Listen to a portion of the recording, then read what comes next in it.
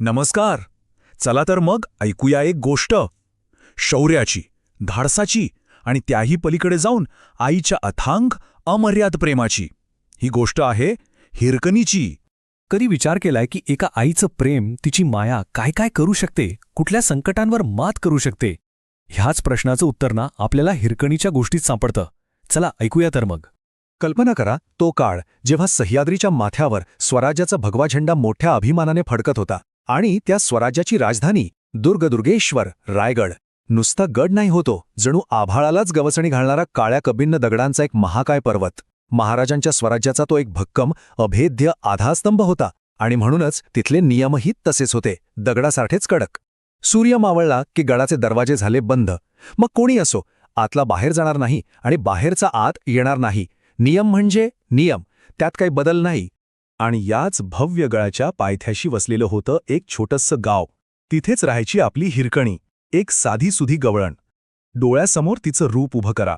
अंगावर काठापदराची नऊवारी, गळ्यात मंगळसूत्राची काळी पोत, नाकात छोटीशी नथ. अगदी साधं रूप, पण तिचं विश्व खूप मोठं होतं आणि ते विश्व सामावलं होतं तिच्या तान्ह्या बाळामध्ये. पदराखाली शांत झोपलेलं ते कोवळं लेकरू, जणू काही तिच्या काळजाचाच एक तुकडा होता तो. तिचा ना रोजचा एक नियम होता, अगदी ठरलेला. सकाळ झाली की डोक्यावर दुधाची घागर घ्यायची आणि रायगडाची ती अवघड दमछाक करणारी वाट चढून जायची. दिवसभर दूध विकायचं आणि संध्याकाळ व्हायच्या आत पाखरं घरट्यात परतायच्या आधी तिला घरी परतायचं असायचं. कारण घरी तिचं लेकरू तिची आतुरतेने वाट पाहत असे, डोळ्यात प्राण आणून. पण म्हणतात ना, नियतीच्या मनात कधी काय असेल हे कुणालाच कळत नाही. त्या दिवशी असंच काहीतरी झालं. कामाच्या गडबडीत, बोलण्या चालण्यात वेळ कसा निघून गेला हे हिरकणीच्या लक्षातच आलं नाही. सूर्य कधी पश्चिमेला झुकला कळलंच नाही. आणि अचानक गडावरून तोफेचा तो प्रचंड आवाज झाला. धडाम, अगदी काळजाचा ठोका चुकवणारा तो आवाज होता.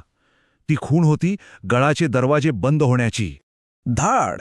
एका प्रचंड आवाजासकट गडाचे ते भले मोठे लोखंडी दरवाजे एकमेकांवर आदळले आणि बंद झाले. क्षणार्धात सगळं बदललं.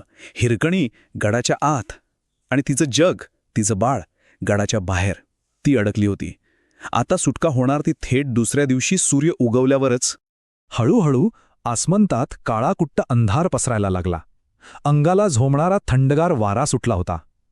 तिच्या मनात एक भीती दाटून आली. पण त्या भीतीपेक्षाही एक दुसराच विचार तिच्या मनात थैवान घालत होता. माझं बाळ, माझं लेकरू, ते भुकेनं व्याकुळ झालं असेल, रडून रडून त्याचं काय झालं असेल, हा एकच विचार तिच्या काळजात आगीसारखा पसरत होता. असं म्हणतात ना की आईच्या प्रेमापुढे दगडालाही बाझर फुटतो. अगदी तसंच झालं. त्या एका क्षणात हिरकणीच्या आतली आई जागी झाली. लेकराच्या आठवणीनं तिच्या त्या साध्यासुध्या देहात जणू वाघिणीचं बळ संचारलं आणि त्याच बळावर तिनं एक असा निर्णय घेतला जो पुढे जाऊन इतिहास घडवणार होता. ती उठली आणि धावतच गडाच्या पश्चिम दिशेच्या एका टोकावर पोहोचली. त्या कड्यावरून खाली वाकून पाहिलं तर फक्त आणि फक्त काळोख दिसत होता, मृत्यूची खोल धरी. पण आता तिच्या डोळ्यात भीतीची एक लखेरही नव्हती. तिला फक्त तिच्या बाळाचा चेहरा दिसत होता. तिने कमरेला घट्ट पदर खोचला आणि जणू काही एका आईनं मृत्यूलाच थेट आव्हान दिलं होतं. विचार करा, हा तोच कडा होता जिथं दिवसा उजेडी सुद्धा खाली भगायची कुणाची हिंमत व्हायची नाही. अगदी सरळ उभा कडा. तो मार्ग नव्हताच, तो होता मृत्यूचा सापळा. पण हिरकणीचा निश्चय पक्का होता. तिच्या डोळ्यासमोर फक्त तिचं बाळ होतं. त्या मिठ्ठ काळोखात देवाचं नाव घेऊन तिनं त्या कड्याला हात घातला. दगडांच्या लहानसहान भेगांमध्ये बोटं रोवली. मिळेल तो आधार शोधला. काट्याकुट्यांनी तिचं अंग सोलून निघत होतं, पण तिनं तो अशक्यप्राय प्रवास सुरू केला. प्रत्येक पावलावर मृत्यू दबा धरून बसला होता, पण ती मागे फिरली नाही. तिचं सगळं अंग रक्तानं माखलं होतं. हाताची बोटं अक्षरशः छिलून निघाली होती. पण तिच्या प्रत्येक श्वासात फक्त आणि फक्त तिच्या लेकराचाच ध्यास होता. प्रत्येक वेदना तिच्या बाळाचा चेहरा डोळ्यासमोर आणत होती आणि तिला अजून खाली उतरण्याचं बळ देत होती. आणि अखेर मृत्यूलाही हरवून ती त्या कड्याच्या पायथ्याशी पोचली. त्या रक्तबंबाळ अवस्थेत पढत धडपडत ती आपल्या घराच्या दिशेने धावली. आणि दारातच आपल्या काळजाच्या तुकड्याला, आपल्या बाळाला तिनं घट्ट मिठी मारली. तो क्षण म्हणजे जणू तिचा दुसरा जन्मच होता. दुसरा दिवस उजाडला. गडावरच्या पहारेकरांमध्ये एकच चर्चा सुरू झाली. काल संध्याकाळी अडकलेली ती गवळण गेली कुठे? दरवाजे तर बंद होते, मग ती गेली कशी? ही अविश्वसनीय गोष्ट वाऱ्याच्या वेगाने सगळ्या गडावर पसरली. आणि मग ही बातमी पोचली थेट छत्रपती शिवरायांच्या कानावर. महाराजांनाही मोठं नवल वाटलं. त्यांनी तात्काळ आदेश सोडले, त्या स्त्रीला, त्या हिरकणीला शोधून दरबारात हजर करा. दरबारात बिचारी हिरकणी भीतीने थरथर कापत होती. तिला वाटलं नियमाचं उल्लंघन केलं म्हणून आता शिक्षाच होणार. पण समोर रयतेचे राजे होते.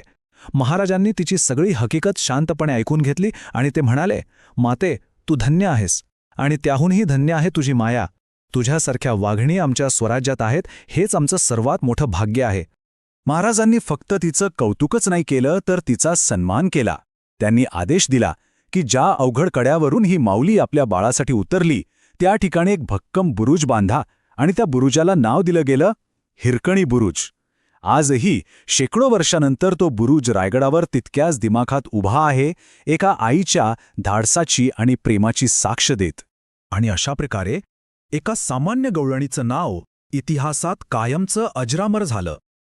हिरकणीची ही कहाणी फक्त एका स्त्रीच्या शौर्याची नाहीये, तर ती कहाणी आहे प्रत्येक आईच्या हृदयात दडलेल्या त्या अथांग शक्तीची, त्या निस्सीम प्रेमाची, जी कोणत्याही संकटावर मात करू शकते.